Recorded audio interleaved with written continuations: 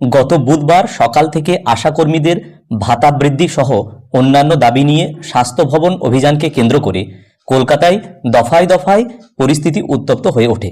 স্বাস্থ্য ভবনের কর্তাদের সঙ্গে আশাকর্মীদের দাবি সংক্রান্ত বৈঠকও চলে। রাজ্যের মাননীয় মুখ্যমন্ত্রী কি আশা দিয়েছিলেন সেই বিষয়েও তাদের দাবির মধ্যে তুলে ধরেছেন। ফলে তাদের ন্যায্য ভাতা বৃদ্ধির যে দাবি তা যদি সরকার মেনে না নেয় তাহলে ভবিষ্যতেও তারা বৃহত্তর আন্দোলনের পথেও যাবেন বলে হুঁশিয়ারি দিয়েছেন এবং পাশাপাশি ২৬ সালের নির্বাচনে তাদের জবাব দেবেন বলেও হুঁশিয়ারিও কিন্তু পাশাপাশি দেওয়া হয়েছে। তো গত বুধবার থেকে এই বিষয়ক বিভিন্ন প্রতিবেদন প্রকাশিত হয়েছে। সামগ্রিক বিষয়টি এই ছোট্ট ভিডিওটির মাধ্যমে তুলে ধরার চেষ্টা করব। ভিডিওটি যদি আশাকর্মীদের পছন্দ লাগে এবং ভালো লাগে তাহলে অবশ্যই একটা লাইক দিয়ে যাবেন এবং এই ধরনের প্রতিবেদন পেতে চ্যানেলটি সম্পূর্ণ বিনামূল্যে সাবস্ক্রাইব করে রাখবেন, যাতে করে এই চ্যানেলের মাধ্যমে পরবর্তী প্রতিবেদন তুলে ধরা যায়।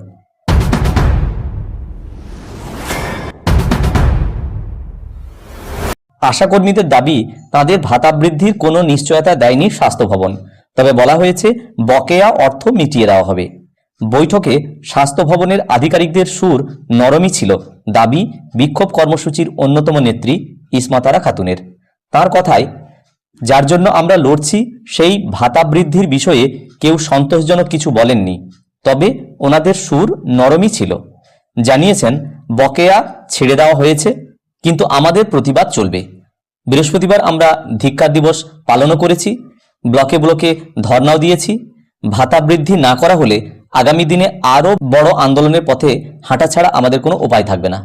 তো স্বাস্থ্য ভবনের কর্তাদের সঙ্গে বৈঠকের পরেও সন্তুষ্ট হতে পারলেন না আশাকর্মীরা, ফলে কর্মবিরতি তারা চালিয়ে যাবেন। যদিও কলকাতায় বুধবার অবস্থানের সিদ্ধান্ত থেকে তারা সরে এসেছেন এবং আগামী দিনে বৃহত্তর আন্দোলনের হুমকিও দিয়েছেন। বৈঠক শেষে বেরিয়ে মাননীয়া ইসমাতারা খাতুন বলেন, মুখ্যমন্ত্রী আমাদের বলেছিলেন কেন্দ্র টাকা না দিলেও প্রকল্প চালাতে অসুবিধা হবে না, রাজ্য টাকা দেবে। সেটার কি হলো? বহু রাজ্যে এখানকার চেয়ে অনেক বেশি টাকা দেওয়া হয় আশাকর্মীদের ভাতা হিসাবে। রাজনৈতিক রং দেখে আশাকর্মীরা পরিষেবা দেন না। আমাদের ভাতা বৃদ্ধি করতেই হবে।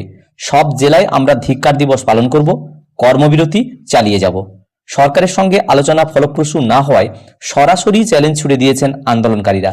তাদের দীর্ঘদিনের দাবি উপেক্ষা করা হলে আগামী ২০২৬ সালের নির্বাচনে তারা এর জবাব দেবেন। এই হুঁশিয়ারির ফলে আগামী দিনে রাজ্য রাজনীতি এবং স্বাস্থ্য পরিষেবায় বড়সড় প্রভাব পড়ার আশঙ্কা তৈরি হয়েছে। দাবি আদায়ে আন্দোলন আরও তীব্র করার হুঁশিয়ারি দিয়েছেন সংগঠনের নেতৃত্বরা। এর ফলে গ্রামীণ ও শহরতলির প্রাথমিক স্বাস্থ্য পরিষেবা এবং টিকাকরণ কর্মসূচি মারাত্মকভাবে ব্যাহত হওয়ার আশঙ্কা তৈরি হয়েছে। তো বিভিন্ন পত্রিকায় প্রকাশিত এই প্রতিবেদন আমি এই সামগ্রিক ভিডিওর মাধ্যমে তুলে ধরার চেষ্টা করলাম। ভিডিওটি প্রত্যেককে দেখার জন্য ধন্যবাদ।